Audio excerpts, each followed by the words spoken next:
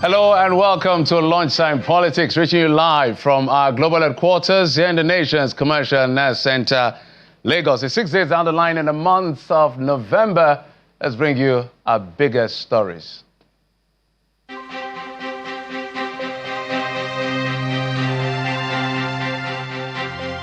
Federal government counters genocide claims in Nigeria, says President Trump has to approach this with understanding.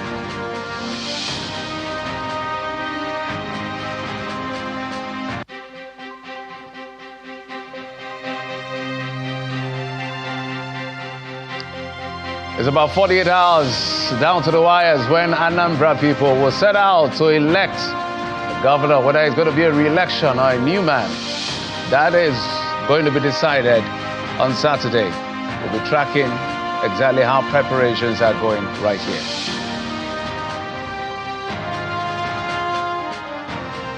Thanks again for joining us on the program. It's an all-access pass to everything that has to do with politics and the polity at midday. And there's a lot going on at the same time. Of course, the big conversation around whether or not there is an alleged Christian genocide is going to be a part of the big conversation today on the program.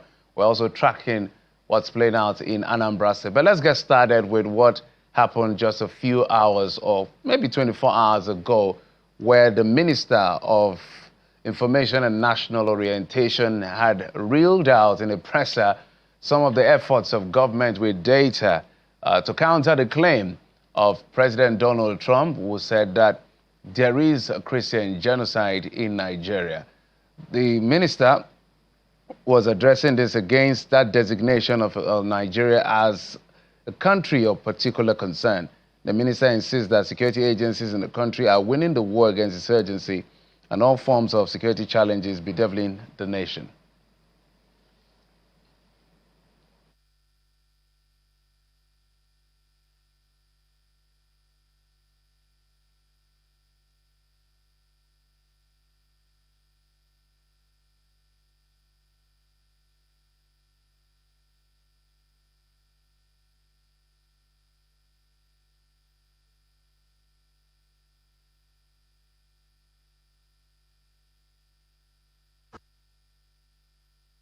Any narrative suggesting that the Nigerian state is failing to take action against religious attacks is based on misinformation or faulty data. Nigeria's security agencies have neutralized more than 13,500 terrorists through sustained operations, and they have arrested over 17,000 suspects who are now undergoing interrogation and prosecution for various offenses. Also, more than 9,800 victims abducted by these terrorist elements, including women and children, have been rescued and have been reintegrated with their families. It is important to restate that the menace of terrorism in Nigeria does not exclusively target any religious or ethnic group. The recent change in service chiefs by the president, which, by the way, happened even before this designation by the United States of America, and the subsequent realignment within the armed forces of Nigeria and other security agencies, reflect President Bola Tinubu's determination to reinvigorate Nigeria's security architecture. On the current misreading and misjudging of the reality of Nigeria's true security situation by the United States, President Tinubu is taking the lead to resolve all areas of misunderstanding through all available diplomatic and political channels, just as the federal government welcomes more collaboration, assistance, and partnership with all our foreign partners, including the United States of America. Okay, that was a press briefing or conference, if you will, by the Minister of Information and National Orientation. But we'll take a pulse on that, and we'll head now to Anambra State, where we're following up on development as far as preparations for the election. The governorship election in Anambra State is concerned about 16 political parties in the 21 local government areas gearing up for the big day, which is 48 hours away. And correspondent Charles Oporum is already in Awka, where sensitive materials are meant to be distributed today. So, Charles, good afternoon to you. Hi, Jeff. Good afternoon. Good afternoon to you. Good afternoon to everybody watching us. Your day has started. It's not going to end for the next perhaps 3 to 4 days. But hey, the best of luck. But walk us through, where are you? I know we spoke to you earlier in the day. We are in Nnewi. You've headed down to Awka, the state capital. So where exactly are you and what's going on? Yes, when you spoke to me in the morning, I was in Nnewi. When I joined Newstrack at about 11, I was in Awka in front of CBN. Now I am inside the Central Bank of Nigeria in the compound here. Around me, if you look behind me, there are election observers, policemen, security operatives, civil society organizations, members of staff of INEC. The resident electoral commissioner, Dr. Queen Argo, she just finished an interview with us a couple minutes ago.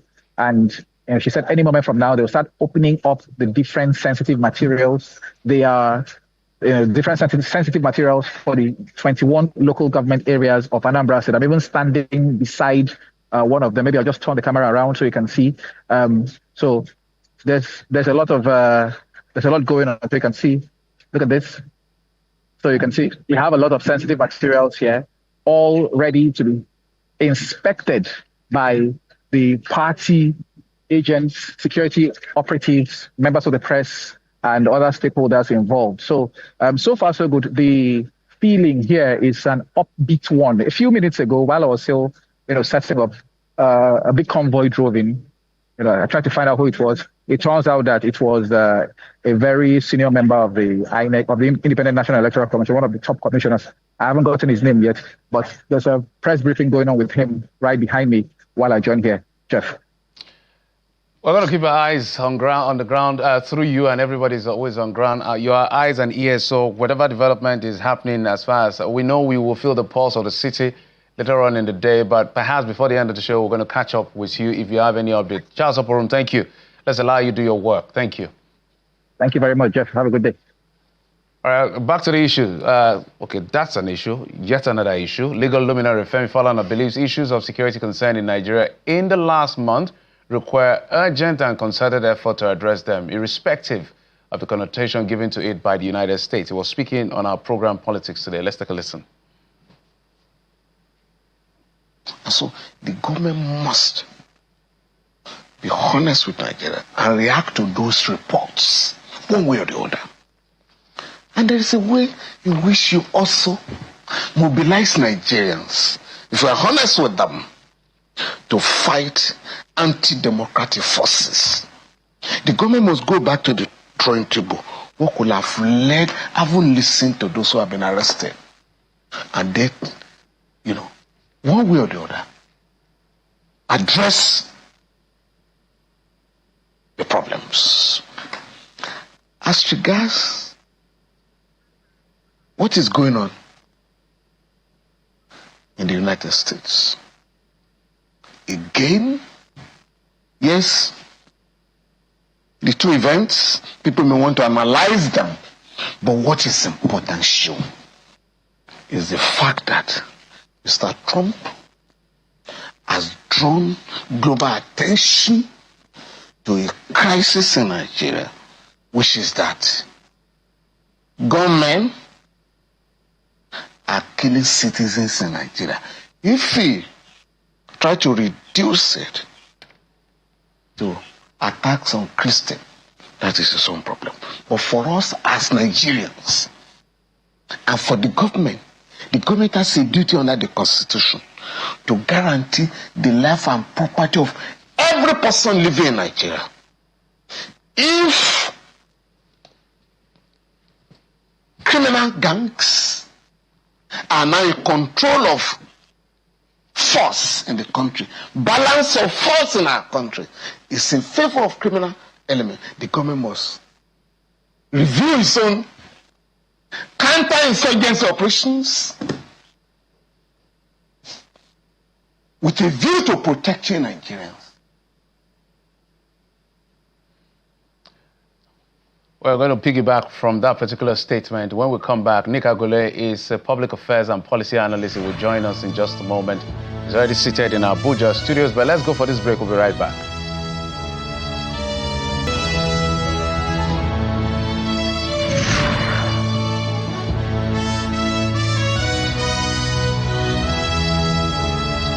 Welcome back. Nick Agule joins me. Mr. Agule, thank you so much for coming on the program. Thank you very much, and good afternoon to our viewers globally. All right, it's a straight question I want to start with, and that has to do with whether or not the federal government is really responding to what Donald Trump is saying. I say that to say, yesterday, the Honorable Minister had railed out, I think, over 10,000 terrorists that have been killed, and within that number also arrested, and some surrendered, hostages released, and all of this, just to show the effort of government to say your narrative may not totally be accurate. Also, the citing of, I think, Section 10 to talk about it's a secular state. No religion is supposed to be predominantly over the other religion. We even had a cabinet member say the president is married to a Christian, so there's no premise, all kinds of responses. But I feel that what is in front of the president of America is the death toll. And in that death toll, perhaps disproportionately tilting against the Christian, which is why he's saying there's a genocide act or we will act. So do you think the government is really responding to what Donald Trump is saying? Thank you very much for that question. I think first and foremost, there are a lot of people who are having differing views about what is happening and the mission statement from Donald Trump to intervene in Nigeria. And for most people, it's because Donald Trump says there is Christian genocide. Perhaps they don't like those two words, Christian genocide. So perhaps for the sake of analysis and for us to achieve unity of purpose, let us say there is, let's take out Christian genocide out of it, but look at the human losses. The human losses are enormous. And I mean, I'm not trying to say there has not been targeted Christian attacks, because if you look at the Owo church massacre, you look at Balom in Benue, Ayetwa in Benue, you look at Madala, these were specific attacks against Christian communities. Because like Owo, they came into the town, a sprawling town, there are banks, there are businesses, other concerns. They never went to them. They never attacked them. They went straight to a church, attacked the church, and left. If that is not a targeted attack, I wonder what it is. But what I'm saying is that if that is what is generating controversy, let us keep it aside and look at the human losses. Nigerians are being killed, are being slaughtered in their hundreds. The very recent one is in Yewata, where these people came to a sleepy community, and all they were doing was that they break open a door, throw petrol into the room, and set the room on fire. So that everything in the room, children, women, pregnant, nursing mothers, defenseless men, were all incinerated. And this thing went on for hours without any intervention from the security forces. And then and they were allowed to go. You know, so if you look at this kind of situation, which appears as if the Nigerian security architecture is not on top of protecting the citizens, then that is the conversation that we should be having. Because in the past few days, we have now come to hear that bandits and terrorists are fleeing Nigeria, which has led to reports that Chad and even Cameroon are locking their borders. I mean, for the mere fact that these bad guys are afraid of the American military, and they are now taking flight just by the American president saying, we are coming. Whereas they were comfortably settled in Nigeria in places that even the military calls ungoverned spaces, is something that the president, as commander-in-chief, must think about. He must call his commanders and ask them, why are these bandits and terrorists not afraid of you guys? But they have started to run away just by American forces being said to be programmed to come. I think it's something that we really need to look at. So whilst we go to the international community to put all sorts of explanations out to say there is no Christian genocide and all of that. We cannot say there has not been killings and mass killings in Nigeria.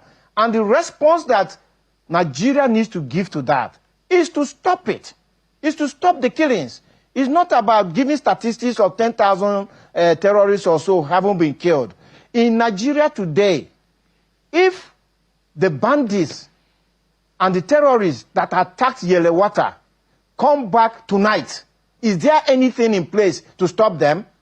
That is the big question we have to answer. And Nigeria just needs to put that in place. Otherwise, I think the rhetoric is not going to serve any purpose. One of the questions I've asked my guests is, so what in the immediate term will be the drastic reaction that would deter the American armies from heading in this direction?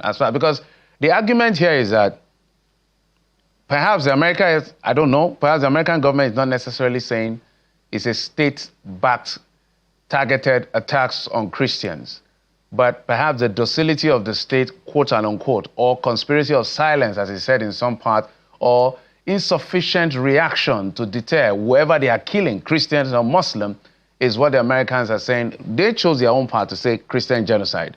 You know, at the end of the day, the persons are saying, look, we just want this death to stop. That is what everybody wants, whether you are for the word or you're against it. So drastically, what has to happen for the Americans to say, we ain't coming? I think we've seen some effort. I think I agree with you totally. We shouldn't try to minimize what is happening by going into this controversy as to whether there is Christian genocide or not. Like I said, let's park that. Let's look at the human losses. The human losses by Christians, by Muslims, by atheists, by Nigerians. We don't feel safe. We don't feel safe. Even our leaders don't feel safe. If you look at a typical convoy of a Nigerian leader, it's as if they are going to a war zone. This convoy is going to have gun trucks with the military guarding them, but we Nigerians, the ordinary citizens, don't feel that safe. So what must the president, as commander-in-chief of the armed forces, do to stop the American mission to Nigeria? Is for our military and the police and the other security agencies, including the intelligence community, to give us value for money. These people have been getting the highest chunk of the budget year in, year out. And yet the insecurity is increasing. You will expect that the quantum of budget and the level of insecurity should have a negative variation. Meaning, as we pump more money into security, insecurity should be going down. But it seems to be the other way around. As more money is being pumped into the security architecture, the incidents of insecurity are rising. And I think Mr. President's body language is not comforting. And how do I mean?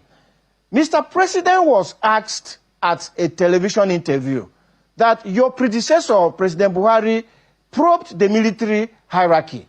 Are you going to do the same? And Mr. President said, no, he's not going to probe them. In his words, he said that will be disrespecting the institution.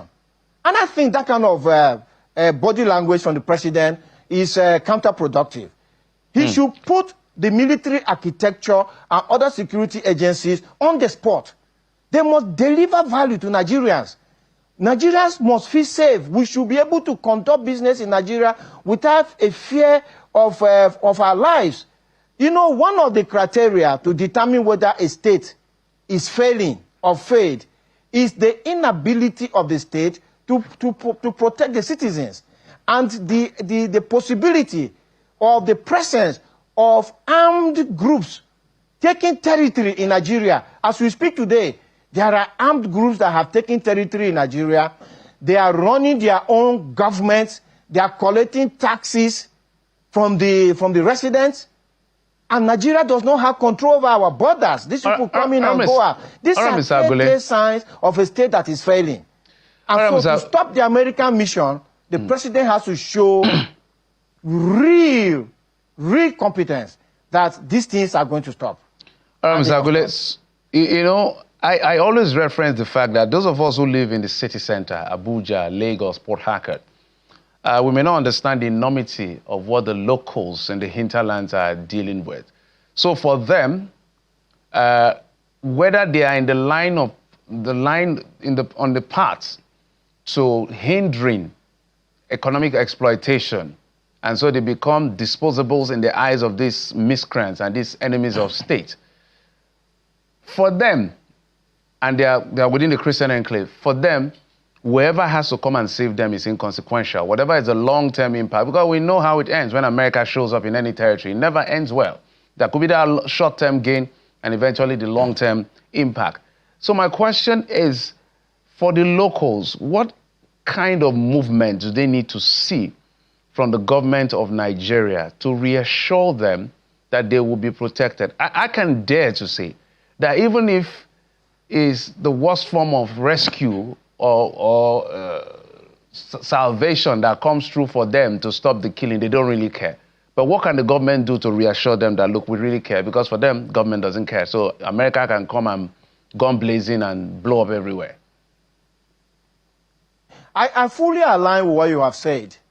In a social media post, I say that if a gun is put to my head and I'm to choose between my life or sovereignty of Nigeria, I will choose my life, of course. And you know, someone posted on social media and said that he will prefer to die in the hands of American soldiers than to die in the hands of cheap bandits and terrorists. And this is the mood that Nigerians have. Well, it doesn't matter to Nigerians. We just want this thing to stop. So if the Nigerian state has shown incapability and incompetence, if I would like to put it that way, over the years to protect Nigerians, and we now have situations where Nigerians can be taken hostage and no help comes to them, then we can take help from anywhere. It doesn't matter. We just want to be alive. Because without life, what else can happen? But then I want to pass a message to the Nigerian security architecture. We have a chief of defense staff, a 4-star general who is in office now. He's possibly listening to us. And we have the service chiefs. We have a full architecture of the tri-service of the military. We have the police, the civil defense. We have the intelligence community. We can't continue doing the same thing and expecting different results. Nobody does security in the modern world as Nigeria is doing. There is no way you can secure the nation when you disperse your troops at checkpoints all over the nation, where you are not adopting technology, where you don't have things like a fingerprint data bank. Look, when you are appointed the chief of defense staff, you cannot come and see security by roadblocks with firewood on the road and then leave.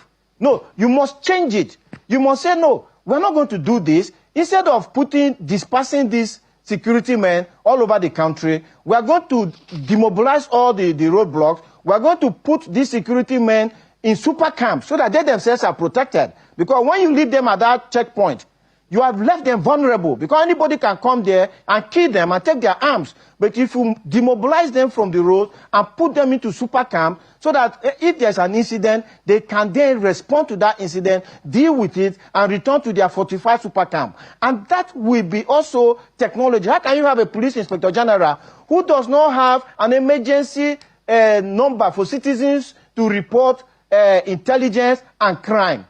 A simple thing like a 999 number, Nigeria does not have. So if you're an IG, you should be thinking about that. We don't have a fingerprint database. You know, with fingerprint database, if a crime happens, they will come and then take the fingerprint, put it in a database, and they know who was in that place. We don't have CCTVs in our cities. These are the kind of things that security elsewhere are using to be able to stop crime, or if crime happens, they're able to track the perpetrators very quickly. And Nigeria cannot be doing the same thing every year, year in, year out. How can these roadblocks help us in terms of securing the nation? There must be a change. Well said. I think at the end of the day, we're all saying the same thing differently. I think what is unacceptable is to deny what is going on, which sometimes we see in certain places, you know. If the reality of the persons who are affected, I say, were Christians, were targeted, that is their reality. You can't dismiss it. But as you said, it's about human beings, whether they are Christians or Muslims or whether they believe in anything or they don't believe. As long as they are citizens, our government has a responsibility to protect them. That is what is expected. Nick Agule is public affairs and policy analyst. Thank you, sir, for coming on the program. I appreciate it. Thank you, and have a nice day. And just before we go, I can tell you that the Lagos State Deputy Governor, Kadri Hamzat, has flagged off the All Progressives Congress e-membership registration trainer workshop for the Southwest region in Lagos. The Deputy Governor, speaking in Lagos House, Marina, says the automation of APC system would help measure its full strength in any electoral process. And that's it on the program. Thank you for your time and, of course, your usual company. I'm Jeffrey Uzango. You've been served on Lunchtime Politics. Bye-bye.